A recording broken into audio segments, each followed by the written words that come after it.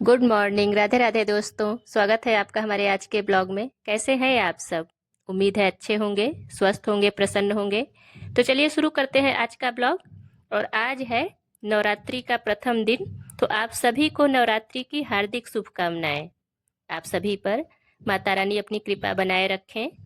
और आज का ब्लॉग शुरू हो रहा है सुबह के 4 बजे से। तो वैसे तो मैं 5 बजे उठती हूँ, लेकिन जब कोई त्योहार रहता है तो थोड़ा जल्दी उठ जाना चाहिए। तो उससे क्या होता है कि सारे काम समय पर हो जाते हैं और हमें पूजा के लिए पर्याप्त समय भी मिल जाता है। तो इसलिए मैं 1 घंटा पहले उठ गई हूँ और अब करूँगी साफ सफाई, क्योंकि आज पानी नहीं पीना है, मेरा व्रत है। तो साफ सफाई में सिर्फ झाड़ू ही लगाऊंगी, क्योंकि व्रत वाले दिन मैं पोछा नहीं लगाती हूँ। तो जब मुझे व्रत रहना होता है तो एक दिन पहले ही 3-4 बजे तक मैं पूरे घर में पोछा लगा देती हूँ। तो इससे फिर व्रत वाले दिन पोछा नहीं लगाती हूँ और बस अपने भगवान के मंदिर के आसपास पोछा लगाती हूँ।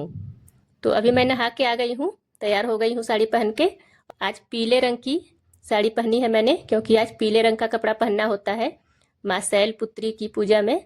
आज प्रथम दिन माँ शैलपुत्री की पूजा होती है। तो मैं अभी पैर में महावर लगा रही थी, क्योंकि शादीशुदा महिलाओं को, शादीशुदा बहनों को, हर किसी को पूजा से पहले, स्नान के बाद और पूजा से पहले अच्छे से तैयार होकर ही पूजा पाठ करना चाहिए। तो इसलिए मैंने पैर में महावर लगाया और अब मैंने अपनी पूजा शुरू कर दी है। तो पहले मैंने लड्डू गोपाल को जगा के उनकी सेवा कर दी थी। उसके बाद फिर मैं माता रानी की पूजा कर रही हूँ, क्योंकि मुझे पता था कि माता रानी की पूजा में ज़्यादा समय लगेगा, तो फिर मेरे लड्डू इंतज़ार कर रहे होंगे, तो मेरे लड्डू इंतज़ार करेंगे। तो इसलिए पहले मैंने लड्डू गोपाल को जगा के उनको भोग लगा दिया, उनकी पूजा कर दी, उन्हें स्नान करवा दिया। तो अब मैंने शुरू कर दी है अपनी माता रानी की पूजा। तो आज नवरात्रि का प्रथम दिन है, तो माँ शैलपुत्री को समर्पित होता है। और माँ शैलपुत्री ही पिछले जन्म में माता सती थी। ये पौराणिक कथा तो आप सभी जानते ही होंगे कि जब माता सती अपने पिता के यज्ञ में अपने पति भगवान शिव का अपमान नहीं सहन कर पाई, तब उन्होंने उसी यज्ञ की अग्नि में अपना शरीर त्याग दिया। और फिर उसके बाद उन्होंने पर्वतराज हिमालय के घर जन्म लिया और माँ शैलपुत्री के रूप में प्रकट हुई। और माँ शैलपुत्री को शक्ति और धैर्य का प्रतीक माना जाता है। तो अगर आप भी अपने जीवन में स्थिरता और शक्ति चाहते हैं तो पहले दिन माँ शैलपुत्री की पूजा जरूर करें। और पूजा भले ही छोटी हो, 2 ही मिनट पूजा करें, लेकिन एकदम श्रद्धा से, मन से, भाव से पूजा करें। तो कभी भी ऐसा नहीं होता है कि पूजा का फल ना प्राप्त हो।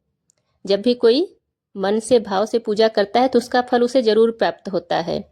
और मुझे ऐसा लगता है कि भले ही हमें नियम बहुत ज़्यादा ना आए पूजा का, लेकिन जो भी हम लोग श्रद्धा से करेंगे तो माता रानी जरूर हमें फल देंगी, जरूर हम पर कृपा करेंगी।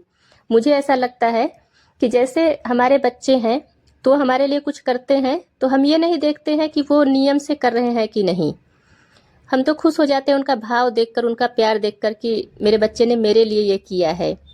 तो उसी तरह पूजा का क्या मतलब होता है? पूजा का मतलब होता है कि सेवा, भगवान की सेवा, माता रानी की सेवा। तो अगर आप सेवा कर रहे हैं, मन से कर रहे हैं, तो माँ कैसे नहीं प्रसन्न होंगी? जरूर प्रसन्न होंगी। लेकिन इसका मतलब ये नहीं है कि नियम से ना किया जाए।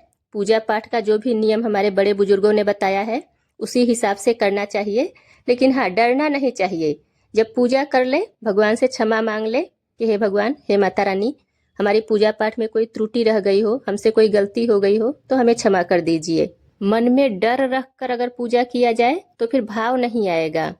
तो इसलिए ये सोचकर पूजा करिए कि वो हमारी माँ है, वो हमारी गलतियों पे जरूर हमें क्षमा करेंगी और हमें सही रास्ता दिखाएंगी। तो अभी मेरा पूजा हो गया है, तो अब मैं आ गई हूँ किचन में और अब मैं बनाऊंगी चाय। तो आज मेरा भी व्रत है और सिंह साहब का भी व्रत है। तो बेटा तो है नहीं, हम ही दोनों लोग हैं, तो दोनों लोगों का व्रत है। तो आज घर में खाना नहीं बनेगा, सिर्फ फलाहार ही बनेगा। तो अभी मैं बना रही हूँ चिप्स। तो अभी 3-4 दिन पहले ही मैंने चिप्स बनाया था, लेकिन अभी एक दिन भी उसको मैंने फ्राई नहीं किया। तो आज उसको फ्राई करूँगी और देखूँगी कैसा बना है। और पूजा पाठ करने के बाद, मंत्र जाप, नाम जप करने के बाद एक अलग ही सुकून मिलता है। मुझे तो ऐसा लगता है जैसे मेरे शरीर में बहुत ज़्यादा एनर्जी आ गई हो। एक अलग ही खुशी, एक अलग ही सुकून महसूस होता है, जो कि किसी और चीज़ से नहीं मिल सकता है। तो अभी मैं बना रही हूँ चाय, और चिप्स भी बन गया है। तो आज की पूजा में माता रानी को घी का भोग लगाया जाता है, देसी घी का भोग लगाया जाता है, या फिर उससे बने हलवे का भोग लगाया जाता है। तो मैंने सुबह ही माता रानी के लिए सिंघाड़े का हलवा बना लिया था।